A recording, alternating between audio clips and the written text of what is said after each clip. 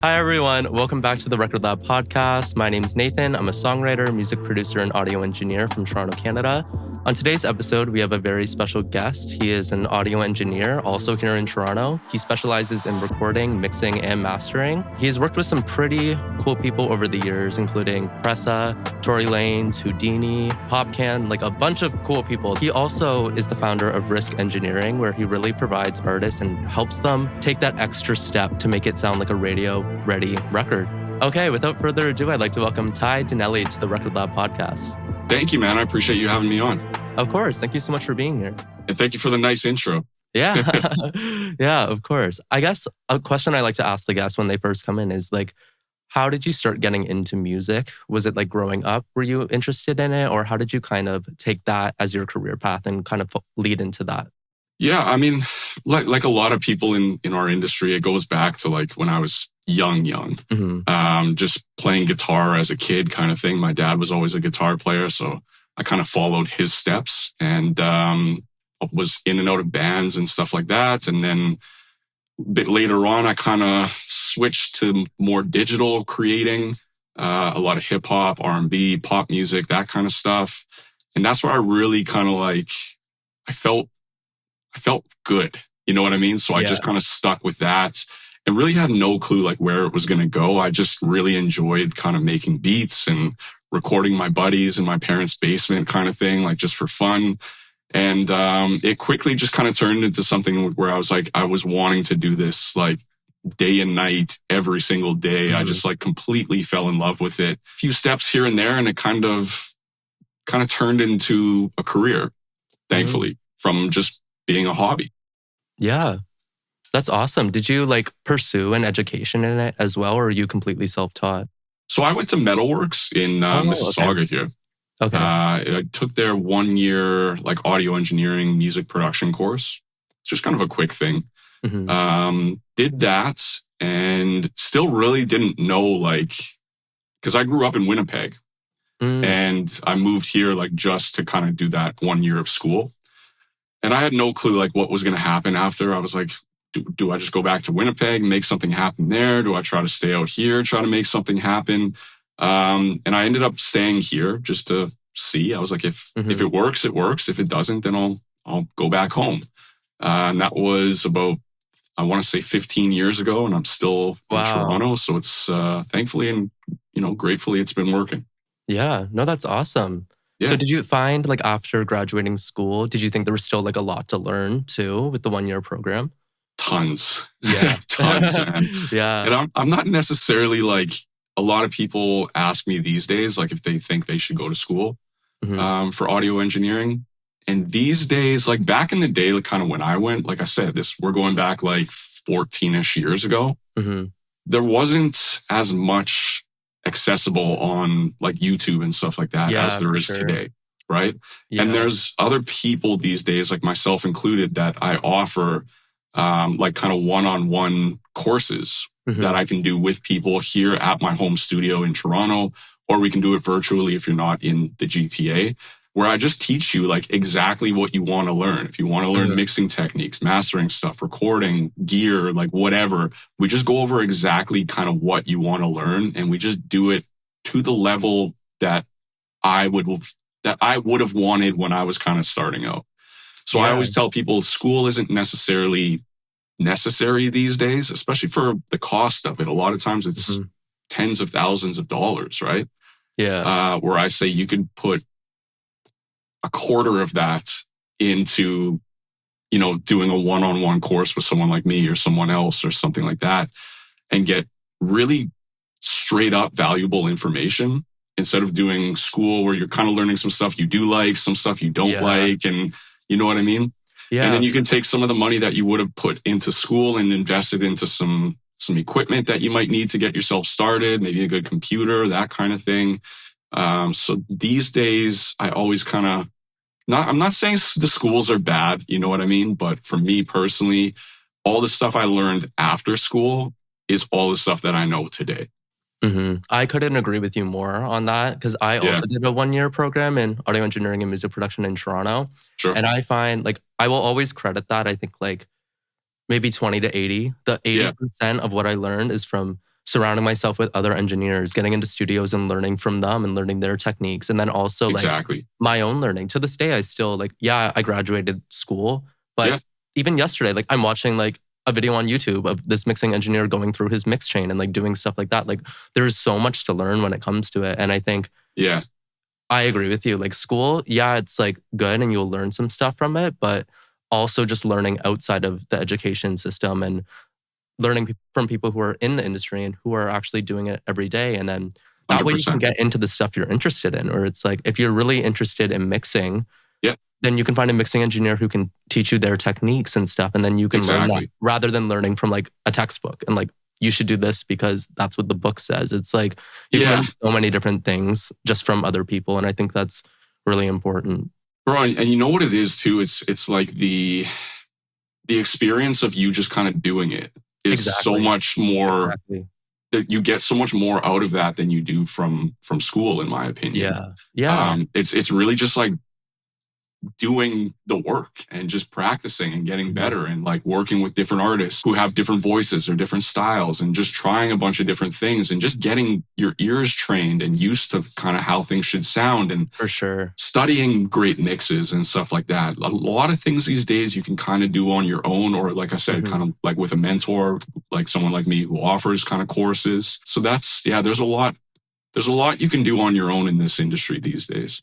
Yeah, like for sure. Back to what you said, like ear training. I think that's crucial when you're learning sure. how to mix or even learning like recording stuff in general, because a lot of the time too, especially me when I was starting out, it's like, oh, you need EQ and compression. I'm just going to throw any EQ and compression on there just for the sake of it, compared to actually learning what it's doing and learning it with your ears. Like, especially compression, like once you kind of unlock that skill and your ears learn what it's doing, you can really start to become artistic with it and really play into different compressors and different tones and stuff, and how much you're compressing a vocal or any instrument based on the sound you are going for. And once you understand that, like with your ears, I think that will improve not only your mixing skills, but your creativity too. Totally agree, man.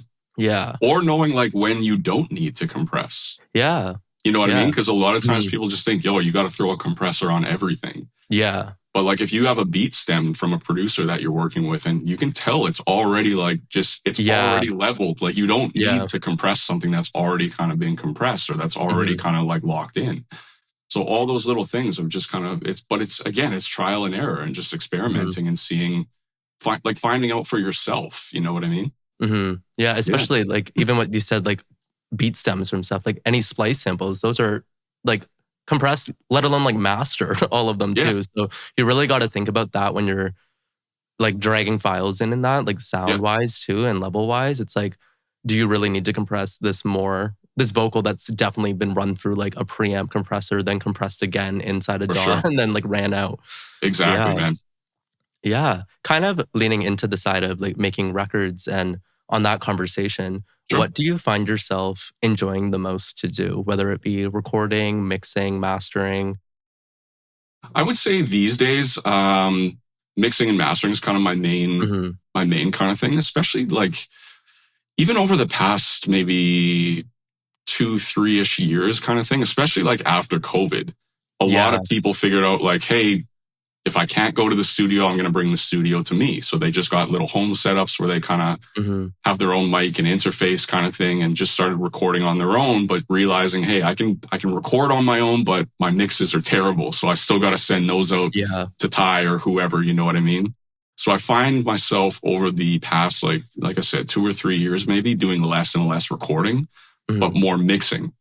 And I like that for me personally, because I find the mixing and mastering process to be more, it's a little bit more creative, and I have more control, especially with a lot of my clients. They trust me with kind of creative control and stuff like that. Yeah. So a lot of times they say like, please like do whatever you think is necessary for the song, you know?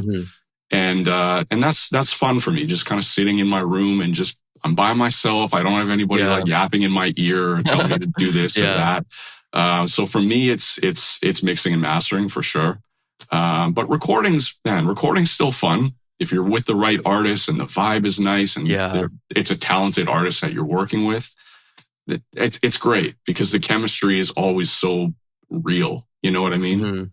But, a lot of times recording can kind of get redundant, and it's kind of the same thing over and over, and especially if you're not working with the most talented artists, which happens, you know what I mean? But it's our job as engineers to try to make them sound as good as they possibly can. And, but, like I said, sometimes it gets a little redundant when you're just kind of hitting record, telling them good, no, bad, yes. You know what I mean?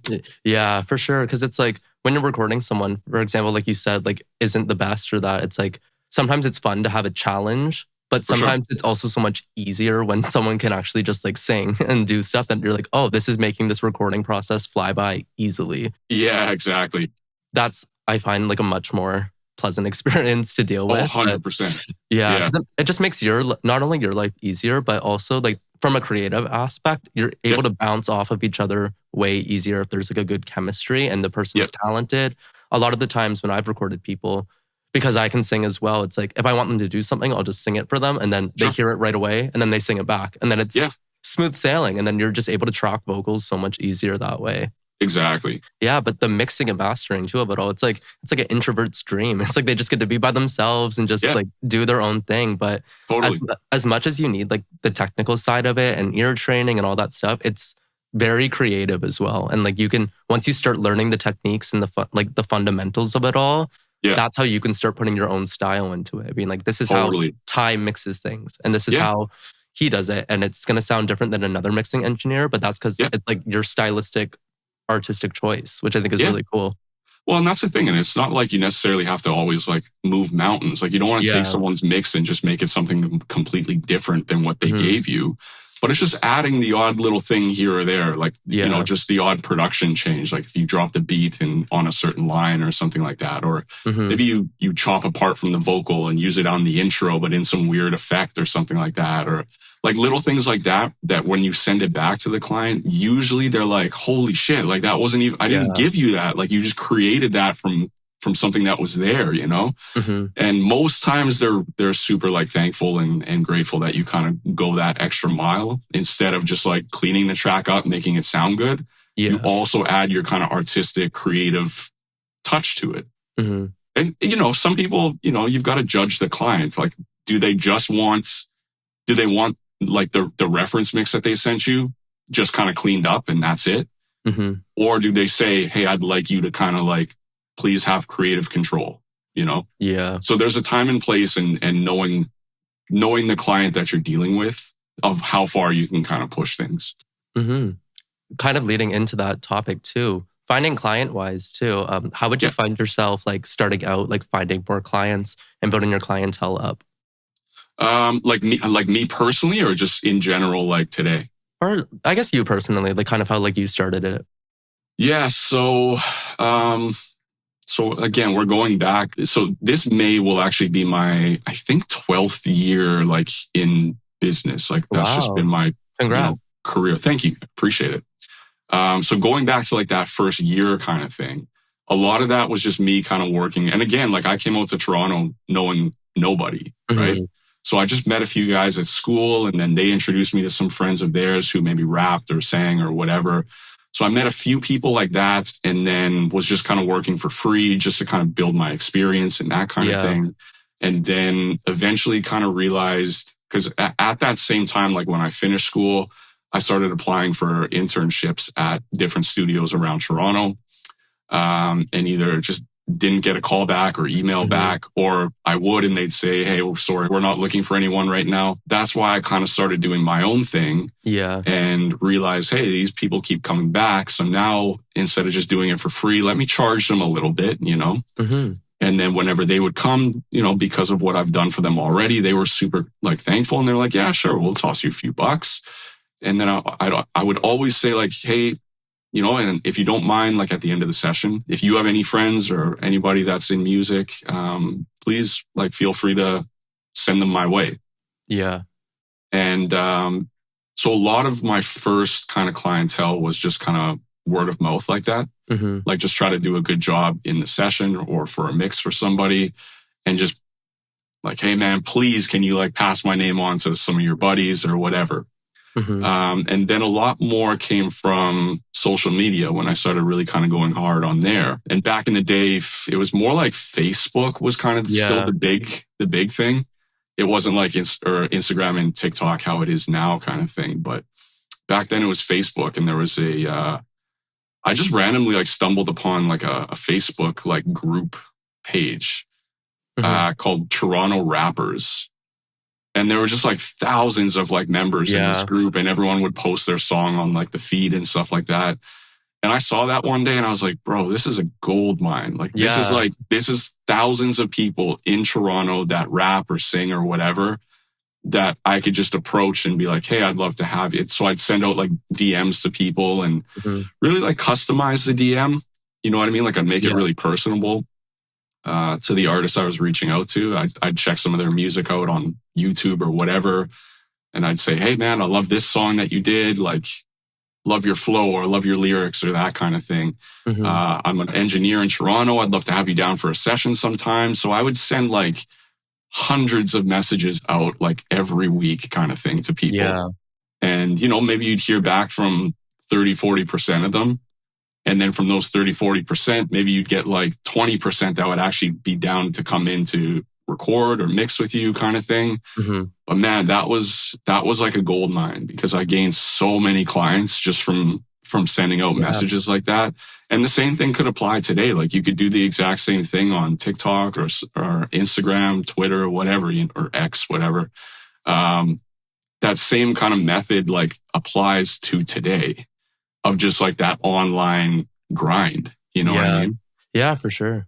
So after that was kind of like my word of mouth kind of got me from nothing to here. And then that social media push got me from here like to up here. Yeah. And then from there, it was just more word of mouth and doing a good job for people and just being a good person at the end of the day. Like you can be the greatest engineer, but if you're just a kind of a shitty guy or girl or whatever, like you're not going to get that return business, you know? Yeah. Yeah. So at the end of the day, it's doing a good job for people and being professional, but also just being a good person. Yeah, I think so too. Like I've talked about this a lot on other episodes too, but it's like just having the chemistry with the person you're working with is so like important.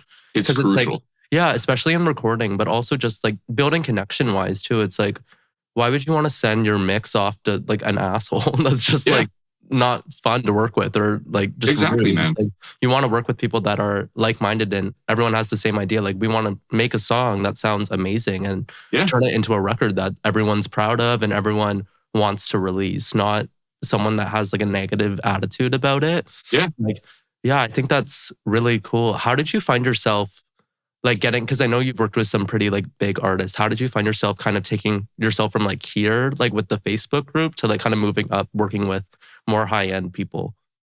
So that all just kind of happened organically, to be honest. That was never like any kind of bigger artists I've worked with has never been from me like reaching out to them or anything. It's just kind of happened organically. Like either they've found me from something that I've done that they've heard, or there's somebody like in my, you know, close circle of colleagues or friends or something like that, that have kind of said, hey, this person's in town. They're looking for an engineer. Can I give them your number kind of thing? Yeah. So it's all about like the connections and stuff that you make over these years. And that's something that's so crucial as an engineer and producer is actually like going out and networking and not just focusing on like the social media networking, but also just like going to events or shows or just bars or whatever, where you know there's going to be some artists around or other producers that you can just kind of talk and network with and give them your card or your Instagram or whatever, you know what I mean? Yeah. So it's really about like a good combination of in-person networking and social media networking at the same time. That's really going to kind of plug you into the right person, because you never know. You know what I mean? And that's the point. Sometimes you just get lucky. You're in the right place at the right time and you shake the right hand or something like that. And then they introduce you to somebody who's a little bigger or something like that. And then you just kind of capitalize off that. Yeah, for sure. Kind of leaning into that topic a little bit. I kind of wanted to talk about like a record that you worked on called Do It by Houdini, Pressa, and Fivio Foreign. Sure. Can you kind of like talk about like how that came to you and then the roles you played making that record?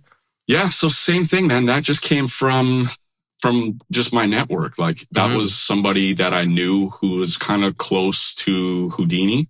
Rest in peace to Houdini.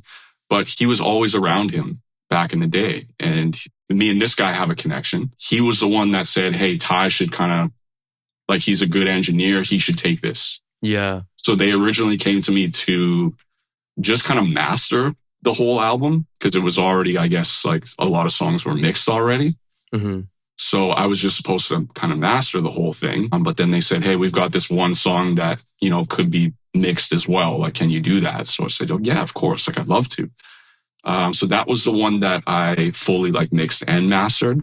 And the rest of the project, I just kind of mastered. Yeah. But that's really how it came. Like, it wasn't like me reaching out to anybody. That was just organic. Like, it just, you know, you connect the dots sometimes.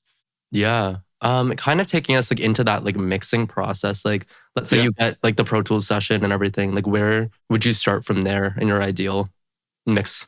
So for me, it's always the editing first, all the kind of grunt work, you know, cleaning up, you know, dead space on vocal tracks or organizing things. I'm super key on just like organization in my Pro Tools sessions, color coding things, labeling things, just arranging things how they need to so I can visually kind of see where things are. And everyone's got their own, like, you know, arranging methods of color coding and that kind of stuff. So I always go through that first.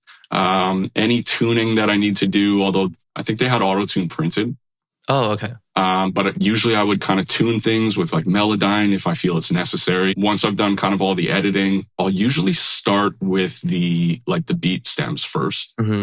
I'll mix that, like get the beat sounding how I want it to sound, and then kind of carve the vocals like into that. Yeah. So it's kind of like, you know, editing, beat mixing, vocal mixing, kind of making sure everything's kind of balanced the way I need to kind of near the end, and then mastering, running stuff through gear and that kind of thing. And then, you know, printing, and that's it. Yeah. No, that's awesome. Like, another question that I was honestly curious about, like with your, because I know you do a lot of analog mixing as well. Like you do in the box, but also analog. Can you kind of take us through that process of, let's say your mix is really good in the box right now, but you want to run it through some gear. How would you do that based on like your home setup? Yeah. So let's say, because a lot of times I use gear like on my mix bus. Yeah. So like the whole song is kind of getting touched by the gear, right? A lot of things that I'll use on my mix bus, like this thing right here, the Audioscape kind of, it's a stereo Pultec. Yeah. That they released earlier this year, actually. And it's insane. Like to anybody that wants to know, it is a fantastic piece of gear. And just having it stereo and not needing two units that take up like a ton of rack space is great. So that's something I'll use on my mix bus a lot. I've got a bus compressor right here that I use a lot to kind of glue things in. And then on top of my desk here, I've got my 500 series kind of stuff, where I've got a couple Rupert Neve 542 tape emulators that kind of add a nice saturation or a nice depth.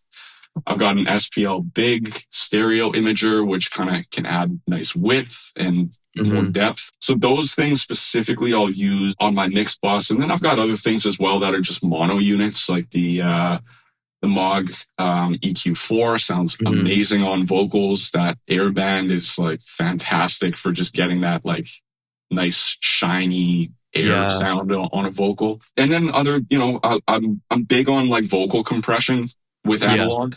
So like using the 1176 or the LA2A from Audioscape at the bottom here.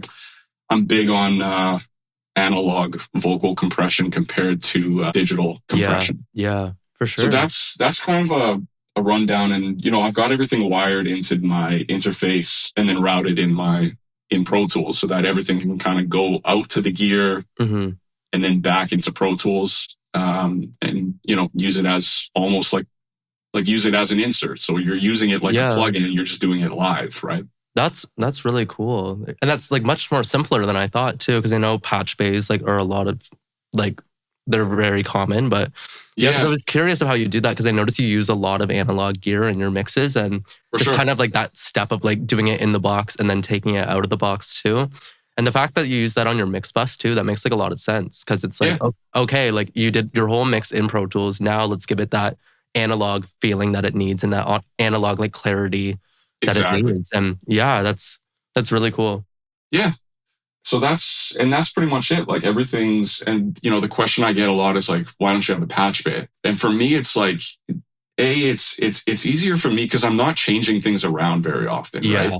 Yeah. I just kind of use things how I know I'm going to use them. So I've just got them kind of hardwired right into the Apollo X8, where I know like I don't need to change this around. I don't need to patch this into this and then into this. You know what I mean? Yeah. So everything is just kind of going directly into the Apollo. And there's a couple things I've got going into I've got an Apollo Twin on the desk as well. So I'm using kind of the 10 IOs from both of those in total. Like you said, like you're not doing like much recording either. That it's like you can take advantage of all those inputs and all the things that come with the Apollo strips and exactly. Yeah, no, that's very cool. Well, I should say I've always got my one kind of vocal chain set up, which is the Neve 1073. And usually I've got it going into the LA2A. Like I like that kind of style of compression during recording. Yeah. So that's kind of always like patched in as my like vocal chain, but then everything else is used in the mix. Yeah. Or mastering stage. Yeah, I love the Neve 1073. That's one of my favorite preamps out there. Oh, it's fantastic, man. You can't go wrong. Yeah, this just has such like a nice like tone to it and a nice shine that I really like on a vocal. Yeah, totally. Yeah, that kind of leads into my next question too. So let's say it's like an ideal like recording session setup.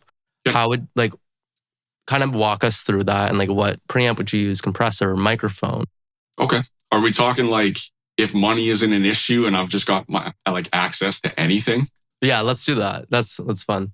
Okay, sounds good. So just to like play it safe, you know what I mean? Because some mics don't sound good on certain artists and stuff like that. Like a lot of people like the Sony C800, which is, you know, it's a great mic, but I've used that in sessions and it does not sound good on every artist because it's a very bright microphone, right? So people always see that and be like, that's the GOAT mic and, you know, that kind of thing. But for me, the GOAT microphone is the Telefunken 251. I've heard that a lot too, yeah. Yeah, I've had the chance of using it a few times in like other studios. And anytime like I'm working in a studio and they have that mic, there's 100% chance that's what I'm picking, no matter like who the artist is. Yeah. Because that mic just sounds so clean and just so buttery on just any style of vocal. So that's like my all-time like microphone if I could choose like any kind of mic. After that, I would definitely just go into a Neve like 1073. And compressor, I'd either go, this could be a toss-up. This could be a toss-up depending on like the vocalist that I'm working with. Yeah. I like CL1Bs a lot of the time because they're very like clean and transparent. And even when like if you dial in a good amount of compression, it still doesn't sound compressed. Like it doesn't sound overly squashed. You know what I mean? A lot can go like a little way, if that makes sense. Yeah, for sure. So CL1Bs are great, but I'm a huge fan of 1176s as well. Yeah, me too. And I know like I said like I track with like my 2A, well, the 2A from Audioscape, but yeah, I don't know. In a perfect world, like if I could have like a blue stripe, like an original blue stripe 1176, like a vintage one. Those things are crazy, man. Yeah. No, I'm the same way, like with the preamp choices and compressor choices. Like I love my Neve 1073 and I also love the CO1B. I use a lot of it like when I'm in like using just my laptop and my Apollo, I use the Unison preamp and then the plugin. But I also like I went to LA back in September and I got to use the actual like hardware gear and it was great. It's like it was amazing. But I'm the same way with the 1176 too. Like I've been kind of switching between the CO1B and the 1176. Yeah. Kind of depending just like on the vibe I'm going for a little bit. too. Well, that's the thing, because the Yeah. 1176 definitely has more, it has more tone or more of a color than the CL1B, which I say can sound a little kind of transparent, which can be great if that's what you want. But if you want a bit of kind of saturation, then the 1176 is fantastic for that. Yeah. Yeah. Yeah. Kind of going into like, I know you mentioned that you recorded PopCam before, and I just kind of like that experience of like how that came to be and your experience recording with him. Yeah, so that came again just organically through, we're like kind of colleagues, like we do different things, but we're in the same like kind of music world in a sense. Yeah. Shout out to my boy Astral. He kind of set that up because he's kind of in good with a lot of the OVO guys and stuff like that. So when PopCon was in, he needed like an engineer for a session, so I pulled up to Orange Lounge in Toronto. Oh, yeah. And did the session there. And I've had a few sessions with him actually, like after that as well. So that was, that's how that kind of came about. But the sessions themselves were great, man. Like he's super talented, obviously.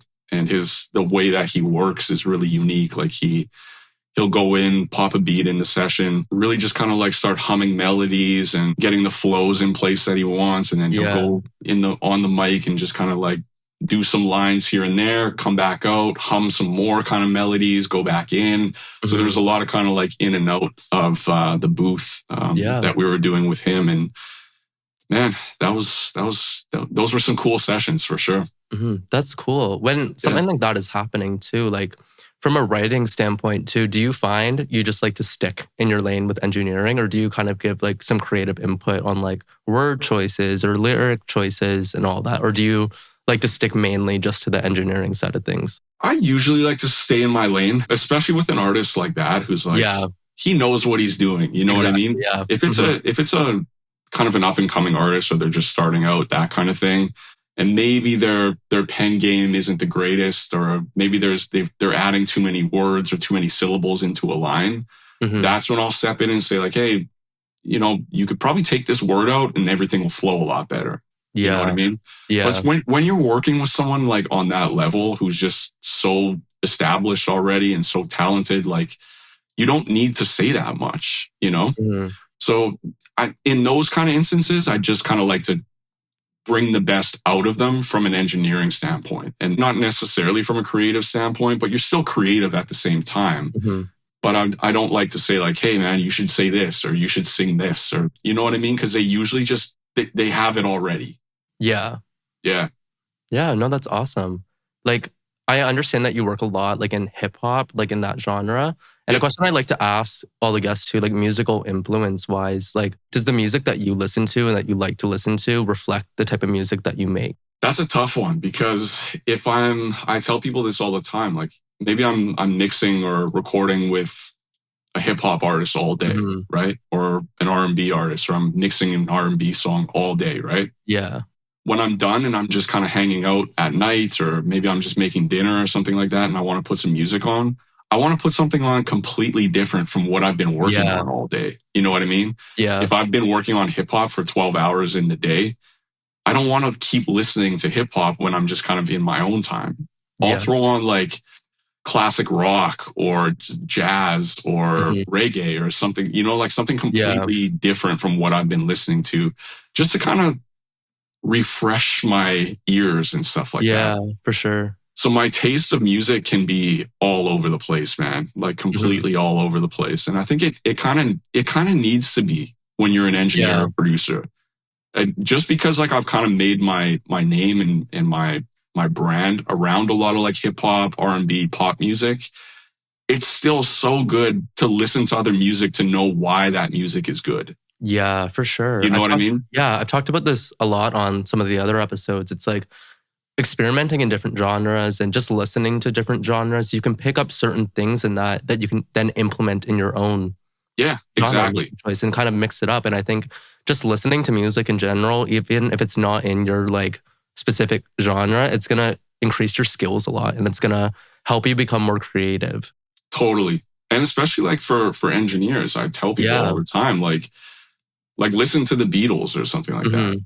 Like, and you know, these are younger engineers who might not even know who the Beatles are, you know what I mean? But it's like, go back and listen to like what made this great music. Like, even though you might not like it, it might not be your cup of tea, it still changed a completely, like it changed the world's taste of music at that time. You know what I mean? So why was that? What was done in the mixing stages that made it sound the way it sounded? Like, why did people like that? Or go back and listen to like a Michael Jackson album or something like that. Why was it so big? You know what I mean? Just touch it from a mixing standpoint. Like, what made those mixes just resonate with people in the way that it did? So again, even though it might not be your cup of tea, just go back and listen to things and study why they were great. Yeah. And even like you said, from a mixing standpoint, genre wise, like I'm just thinking too, like even if an artist on the same album, there could be songs on there that are mixed by the same person, but they're mixed differently because of the genre choice that they're going for. And like, what if one song's different than another song, totally drastic? A record I'm thinking of right now is Guts by Olivia Rodrigo. You have the opening single, Vampire, which is like a sad ballad. And then you have another song on the record, Ballad of a Homeschool Girl, where it's like very rock-based, heavy, like distorted, gritty vocals. It's like the two contrast each other, but learning to mix and understanding this song needs to be mixed a little more because it's very rock. It's very, you can't mix it the exact same way as the ballady song. No, it's got to be a little grittier or a little more saturated or something, right? Yeah. And that, once again, it goes back into how mixing is really artistic and really creative and stylistic by mixing it in different ways to make that feeling more like pronounced and more understandable by the listener. I totally agree. Yeah. Yeah. Yeah. I guess it's time to get into like one of my favorite parts is asking your favorite like plugins and your favorite VSTs and compressors and EQs and all of that stuff. Okay. So what would you say is like your top like 3 plugins? Okay. So I don't think I could live without Pro Q4.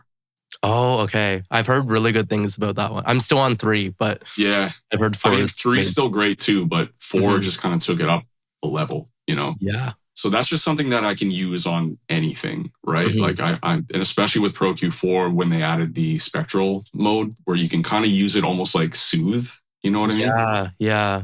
That was a big game changer for me personally. Just because you can use it in so many different kind of aspects. So that's a big one for me. That's on every single mix I ever do. So that would be EQ. Do you want me to pick like a compressor? Yeah, sure. Okay, this is where it gets tricky. Yeah, because there's so many, and they all do different. They all do the same thing, but different at the same time. Yeah, exactly. Let's say I'm using it for vocals or something like that, right? Yeah. I would probably go. Damn, this is hard. You can give 2 if you want. You can give an opto and a. Well, because I was gonna say, because like I said, a lot of times like I'll use like analog compression. Yeah. You know what I mean? So, but let's just say because I have an 1176 and I have like a 2-way style compressor, right? I'm not gonna pick those for my plugin choice. So I might go, and this might be kind of a curveball because it's not like the most elaborate compressor out there, but Arvox. I love that. I love that compressor. Right? Yeah. It's just it's so easy to use and it just does something to a vocal or anything really. It's got this sound to it that I can't quite like pinpoint, but it just sounds good all the damn time. Yeah. You know what I mean? Yeah. So I find I like the Fairchild compressor by UAD. Yeah. I've been using that one a lot more recently. Yeah. I always find that adds like a really nice lift to things. Yeah. It's kind of in the high to mid kind of range. It just kind of pulls things together really nicely. Yeah. So those would be like 2 of my like probably most used compressors, I'd say. Yeah. No, both of those I use all the time too. And it's funny because I use them in a way where I'm not using them for the sake of compressing. It's a lot of it, like you said, it's like that tone that it gives and that kind of both of them like really lift something up and they lift, especially like a vocal up into it without compressing and squashing it like a lot. Exactly. But no, those are 2 really good choices. Yeah. And then any other kind of categories you want me to touch? We've covered preamp because we Neve 1073 supremacy, but how about like a reverb? Reverb. My go-to, and this changes often, but I'd say right now I'm using Valhalla the most. Yeah, that's a really good one. Like the vintage verb. Yeah. That's just got such a I don't know, it's got such a good sound to it. All their presets are great, and then you can kind of tweak things from there. And just the Yeah. flexibility you have over that plugin. That's been kind of my go-to lately. Taking us through like kind of like your mixing process and stuff. Yep.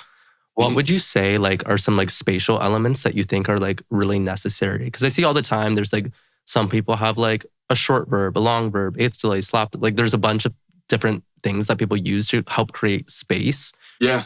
What do you think is like essential?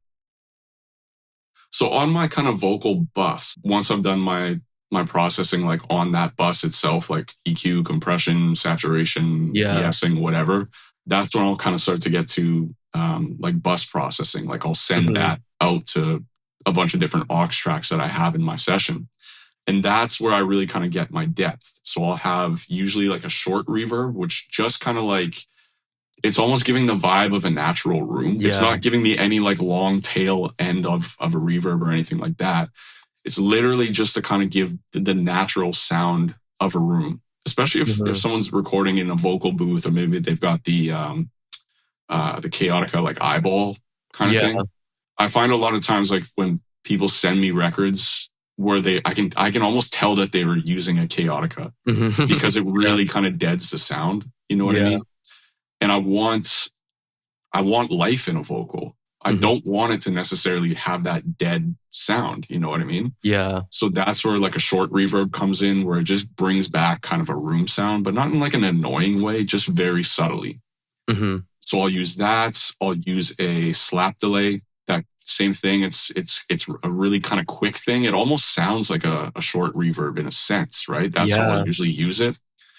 And I'll use that a little wider. Like I'll set it to like a ping pong mode or something. So it's kind of going back and forth, but really fast.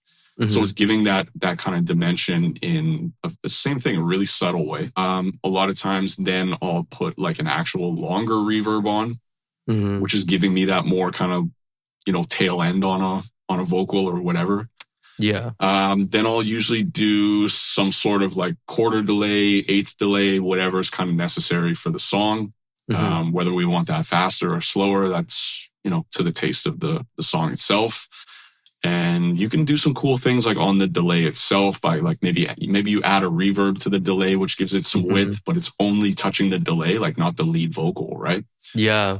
So that's another way to kind of add space. And a lot of times I'll have like a doubler set up, like the Waves doubler or something like that on its own aux track. And maybe I do some EQing underneath that and send the vocal to that, which kind of gives it a bit of width and just kind of opens it up a little bit. But I'm using all these things like super subtly.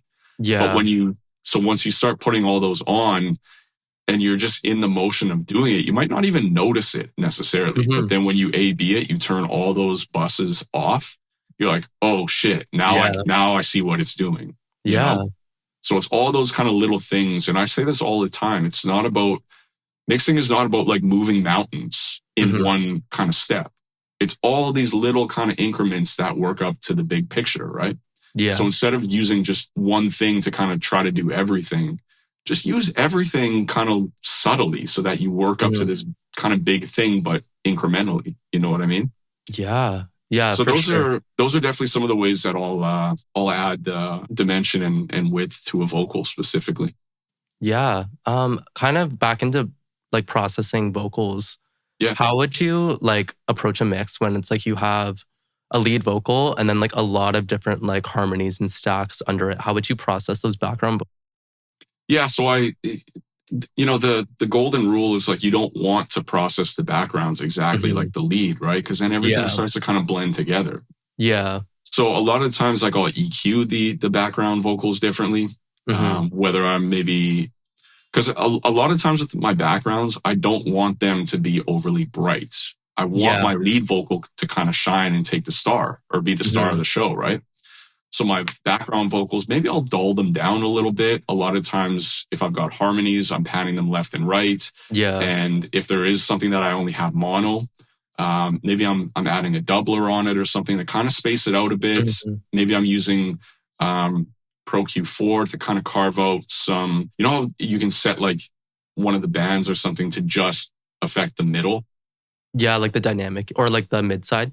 Exactly. Or you Yeah. can have it just kind of EQing the sides or something like that. Yeah. So I'll pull out some of the mid range, like around the 1,000-2,000 hertz kind of area on my background. So it's kind of pulling away from the lead vocal, which I want kind of right in the middle, right? Yeah. So things like that, or maybe I'm compressing the background stuff a little harder. Maybe I'm compressing them a little less if I want them to kind of poke out a bit more.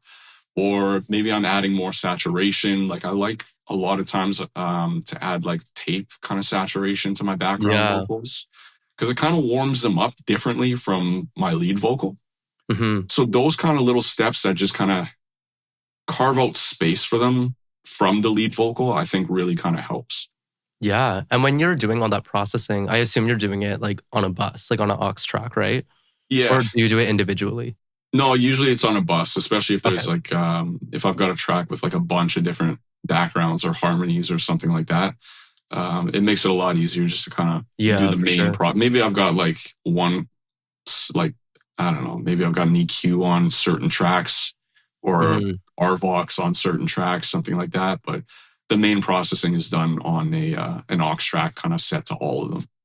Yeah, that's awesome. Yeah. A question I love to ask too is like technique wise, what's the technique that you learn that you never forgot and like you use all the time and would share with everyone? Man, there's a bunch, but I'd say maybe lately something that I do a lot is top-down mixing.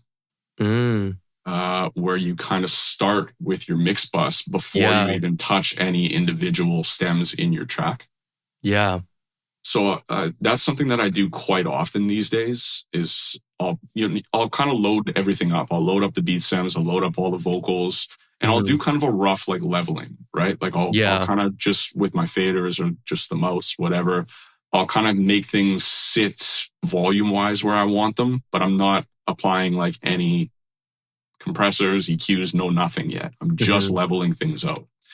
And then from there, when I've got kind of a good balance, then I go up to my mix bus and I start adding some processing there. And I might add gear in right from the start. So I kind of get that sound that I'm getting from the analog stuff, right? Right off the bat. And I do some kind of processing there first. And that that gets you like from here to here, like right off the bat before you even touch anything, right? So that's something that I think is really useful a lot of times. The other thing you've got to think about is when you do that, you've always got to kind of check back on those mix bus things because once you start going into like individual stem processing, and you start applying a bunch of different effects to your bass, your kick, your snare, your vocals, bass, whatever, you've got to kind of check your mix bus stuff because maybe your bus compressor that you have on that mix bus, now that you're adding plugins on everything else, maybe now that mix, the bus compressor is getting hit a little harder, right? Yeah, so you've got to keep checking that processing to make sure you're not overdriving anything or adding too much signal into something that you have on it, right? Yeah. But that to me is that's a gem that I've started doing that I think can be useful for a lot of people. Yeah, no, that's really cool. I've heard a lot of people too, because like sometimes they start with no mix bus and then they just mix everything and then they just try to add stuff at the end. And then it's really hard to just add stuff at the end without making it sound like completely squashed or like now your whole mix sounds different because you're just adding things on compared to if you kind of start with a little bit of it already, it's like that's going to help elevate that mix and make it sound kind of like almost like good from the like there's a certain tone with the compression and the EQ together that's going to make it sound pretty good from the very beginning. And then once you just add into that and like you said, go back and check it. Like I think that's really important. Well, and that's the thing because especially if you're using hardware or even just let's say you're using a Pultec plugin on your mix bus or something like that. Even if you don't touch the knobs at all, that Pultec is still giving you a sound. You know what I mean? Because I even did a test when I got my the Pultec. I just ran something through it, but didn't touch any of the knobs or anything, right? I just ran signal through it and I pulled up like a Pro Q4 just to kind of see on and off. Like when I turn it on, there's a ton of, you still get like harmonic saturation just from the unit being on. You know what I mean? Yeah. So you get kind of a color and a tone without touching anything. And that could alter the sound of your mix, right? So if you start with that plugin or hardware, and you're starting with that kind of stuff, so you're getting that color, you're getting that tone right from the beginning, and you're mixing into it, it can be cool because now you know kind of what to apply and how things are going to sound more finished. Whereas opposed to if you do your whole mixing, like individual stem mixing or whatever, and then you start adding, you add your bus compressor, you add a Pultec or whatever style you want, you know what I mean? Then your mix could start to change because it's like that gear without even touching anything has a sound to it. Yeah. So that could alter your whole mix, and then you've got to go back and change things on individual stems or something like that, right? Yeah. So that's kind of my philosophy of sometimes it's good to just kind of throw it on right from the start.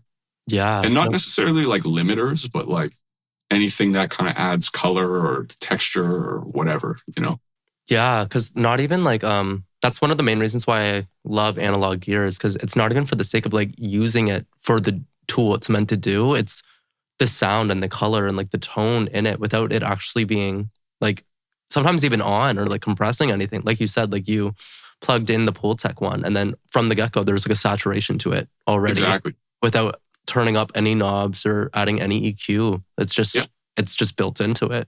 And that's the nice thing about gear, because it's all you're running through the transformers or the tubes or whatever. That just kind of adds something that plugins try to get, but they just can't quite get them as close as the real thing, in my opinion. Yeah. You kind of walked us through like your mix bus a little bit in the beginning, like with your analog gear. Is there anything that you'll go back into Pro Tools and then do in the box as well? Yeah, totally. There's a few things that I still do in the box on my mix bus. I'll usually always kind of start with a Pro Q4. Yeah. Just to kind of like, and I don't necessarily do anything to it at the start if I'm doing that like top down approach. I just kind of have it there for afterwards when I need it. Yeah. So that'll be the first thing that I do is a digital thing. But after I kind of do my mix, I'll use that just to kind of do like any like minor like little tweaks to the whole song that I feel like it needs, like frequency wise. Yeah. I'll do that. And then I usually run it out I'll usually kind of lock things in with the bus compressor first. And then run into like the Pultec or SSL Fusion that I have. Oh, that's nice. Then go into like some saturation with the Rupert Neve, the 542s, the tape emulators, and then get some stereo imaging with the SPL Big. And then I'll usually jump back into Pro Tools after that. And I don't know, maybe I've got like, if I feel like it's necessary, maybe I'll kind of like just soothe things a bit with like a multiband compressor. Yeah. Or Soothe 2 I like a lot sometimes. And just using them very subtly. Maybe after I applied my gear, maybe now my low end is a little bit too heavy. So that's where I'll use a multiband to kind of like dynamically kind of pull it down a little bit, for instance. And then I'll usually get to my clipping or limiting after that as well in the box.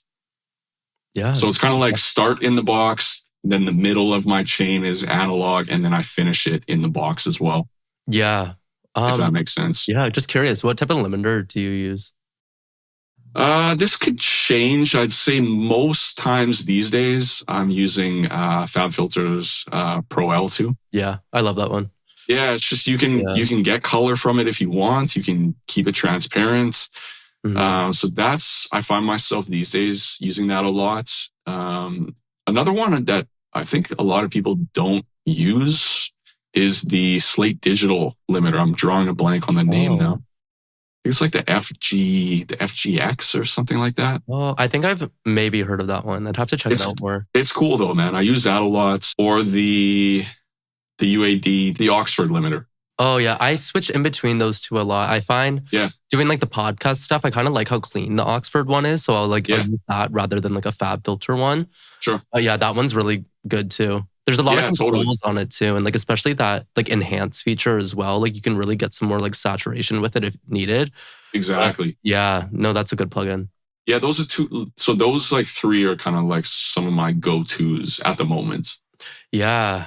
Yeah. I got the Sonox version of the Oxford limiter because Yeah, sure. it's funny. I mention this every episode, but I'm like totally out of UAD DSP on mixes. When it comes to Okay, mixing, yeah. it's like I need to get a satellite. I need to figure that out. But Sure.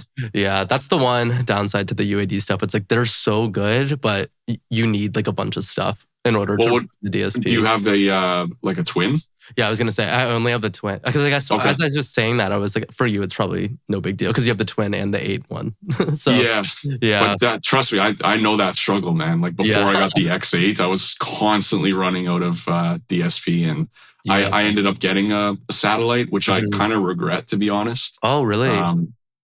Well, it's just like you kind of just get that when you're in that stage, just because it's like, I need that. So you'll go out and spend $1,000 where you could just sell or just save that $1,000 and sell your twin and just upgrade to like an X6 or an X8. Yeah. Especially if you think you're going to get more into gear, right? Yeah. It'll future proof you a bit. And even me, like I'm at the stage now where I wish I would have got the X16 instead of the X8. Oh, wow. Yeah. Because now I'm completely out of IO space. So if I get one more piece of gear, I don't even have my SSL Fusion in my rack right now because I just don't have the IO space for it. And it sucks because that's a fantastic piece of gear that I just have like collecting dust at the moment, you know? Yeah.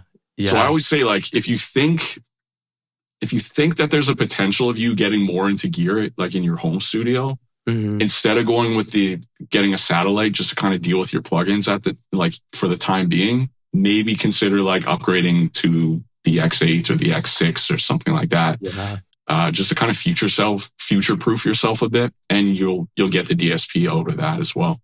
Yeah, no, that's a very good way to look at that too. Because I never thought about that. Because I have looked into the satellites, and it feels wrong spending so much on something that it doesn't do anything. If you know what I mean, it's like a big hard drive that just sits there so you can use plugins. Like, like with, let's say I got like the 8 or the 6, it's like that has so many more features that you can use. Like if I wanted to record a drum kit now you could with that, or like anything. Like it's way more flexible. And I never even thought about using those for outboard gear either. So yeah, man. Yeah. Do you run them through like the line inputs, like to get into it, or? Yeah. Oh, okay. Yeah, just line in, line out at the back of the interface. Oh yeah, that's very smart. I definitely need to look into that now because that makes a lot more sense. And it's very clean. Like if you think about it, like the way you're doing it, like that makes a lot of sense. Yeah, exactly. And I think just in general, like because UAD is with their like Spark stuff, like the monthly subscriptions that you don't need, they just run natively. They I think eventually like satellites and DSP in general will be a thing of the past. I don't know how long that's going to take, but I think eventually, because they've already started it, right? By making a good chunk of their plugins native where you don't need DSP, right? So I think eventually they're going to shift towards that more, and just eventually all their plugins, like you won't need DSP. So that's why I think like satellites aren't the greatest investment right now.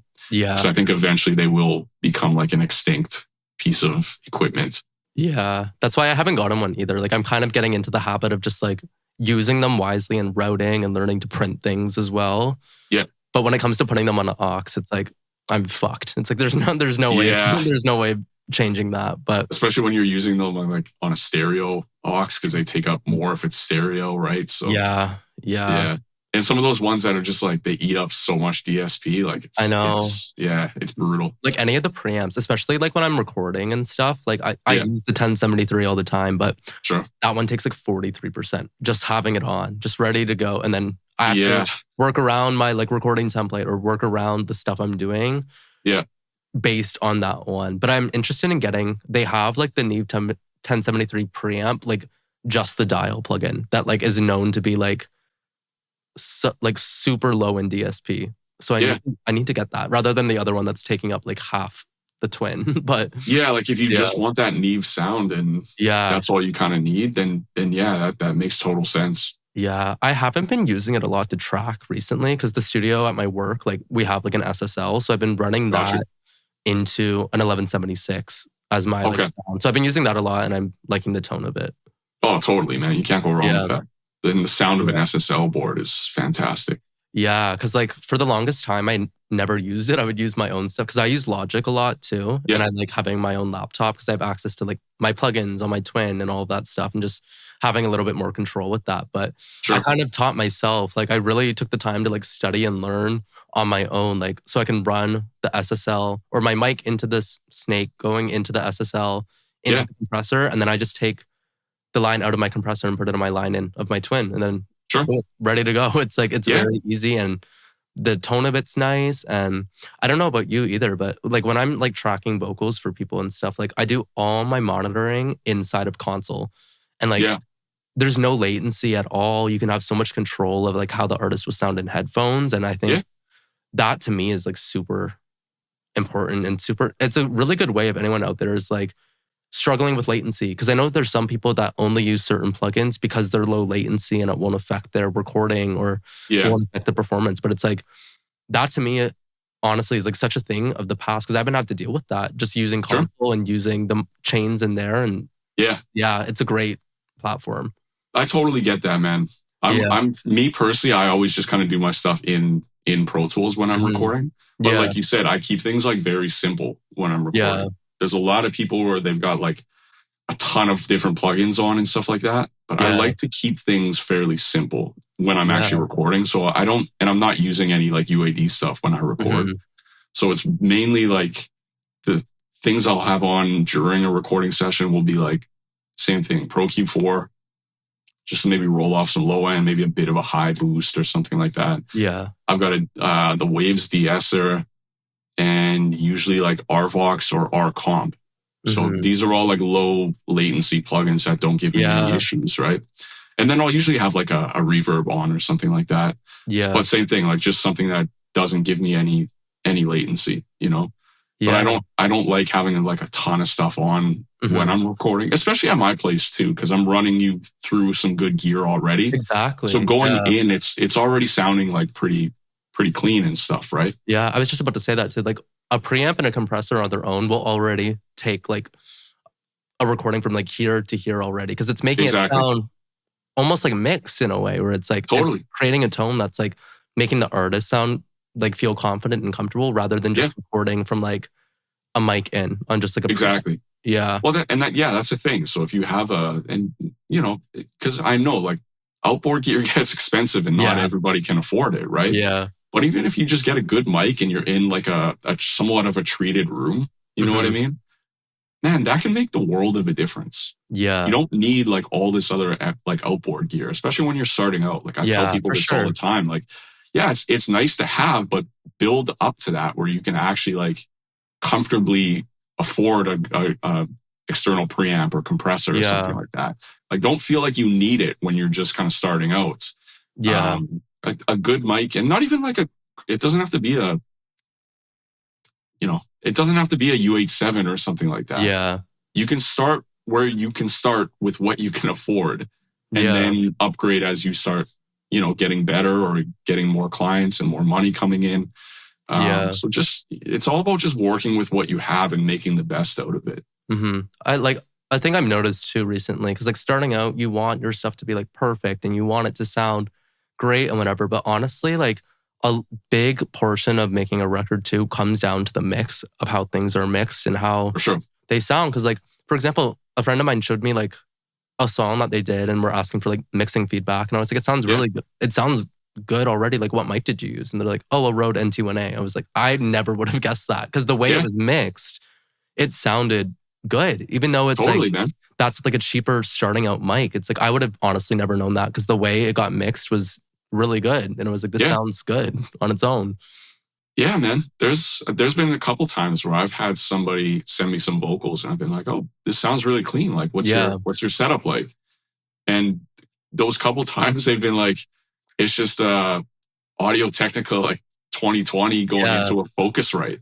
Yeah. And I'm like, what? Like, how is that even possible? But it could just be like where they've got their mic set up in their room, or maybe it's just it's a dead sounding room. Or I always tell like people that record at home, like if you're just in your bedroom and nothing's treated, like you don't have any panels or anything set up, the sound is going everywhere a lot of the time, right? But I tell people, like, when you're recording, just put your mic stand and your mic in like your closet where you've got a bunch of clothes, you know? Yeah.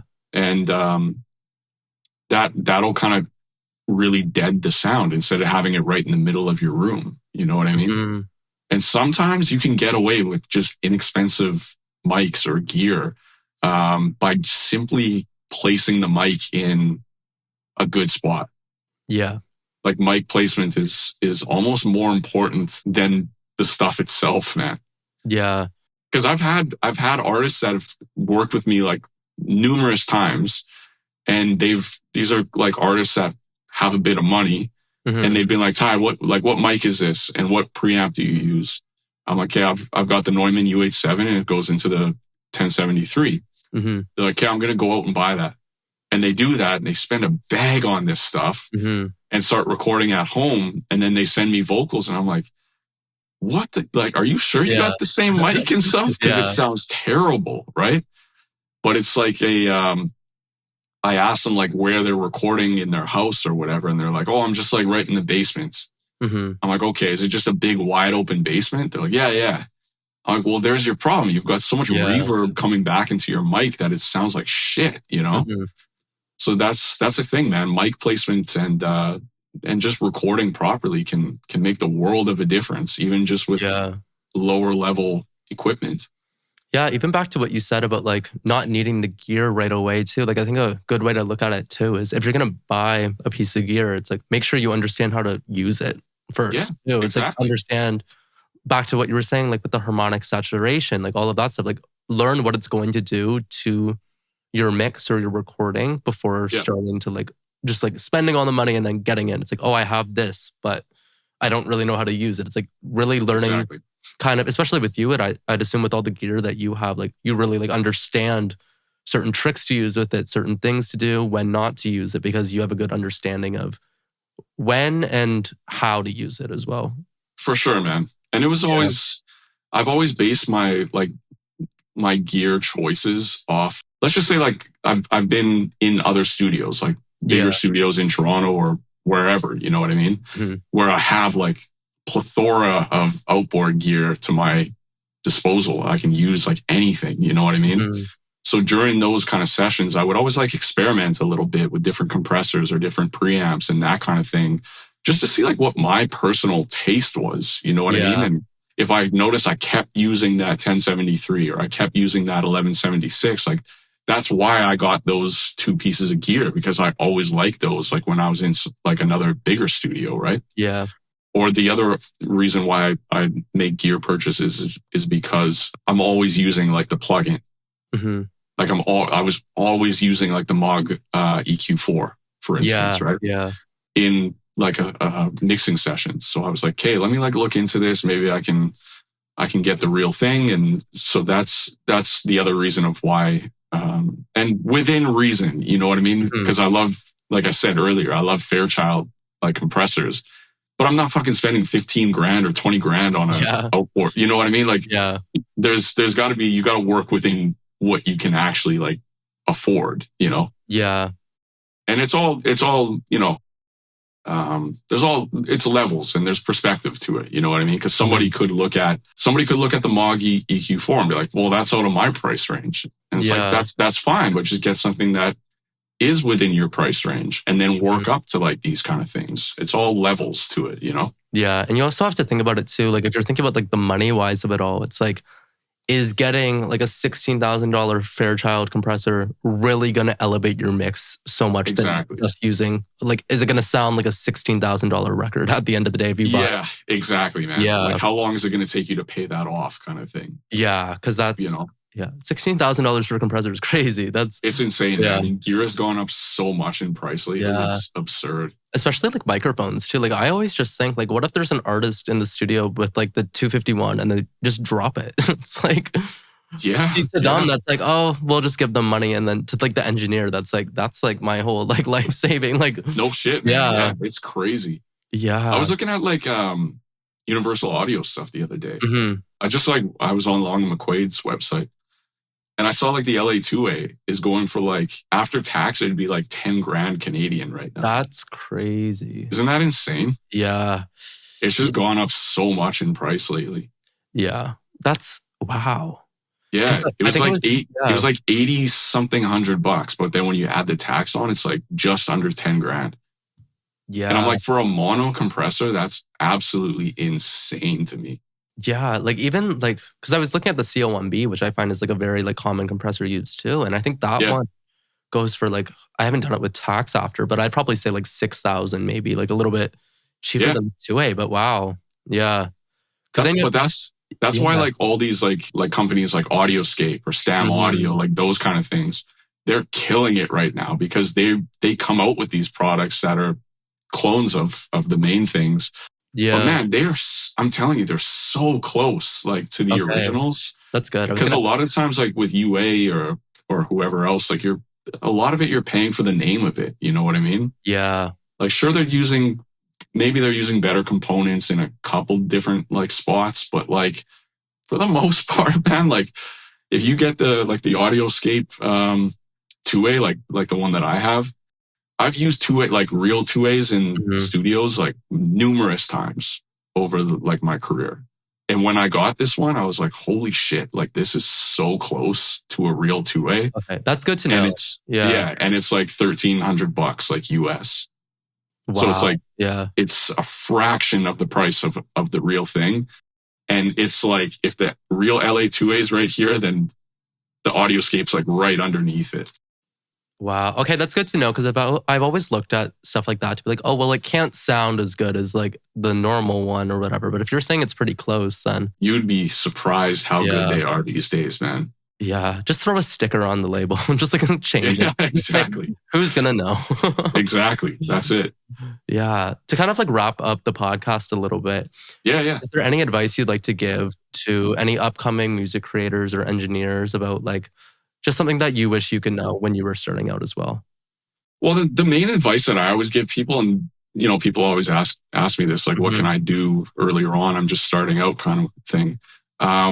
The main thing I always tell people, and this might be kind of generic, but it's like, have patience. Yeah. Because nothing's going to pop off overnight. It's a long grind. And especially if you're doing it on your own and you're just figuring things out as you go. Because you might be a great engineer and your stuff sounds good, but you've got to figure out the business aspect of it too. Yeah. How do you market yourself? How do you brand yourself? How do you find new clients? How do you keep clients? How do you get people coming back? How do you price yourself? All that kind of stuff, right? So you've got to kind of figure that out as you go. And it can take time, like to really build that and just figure things out. So patience is like the biggest thing you could have.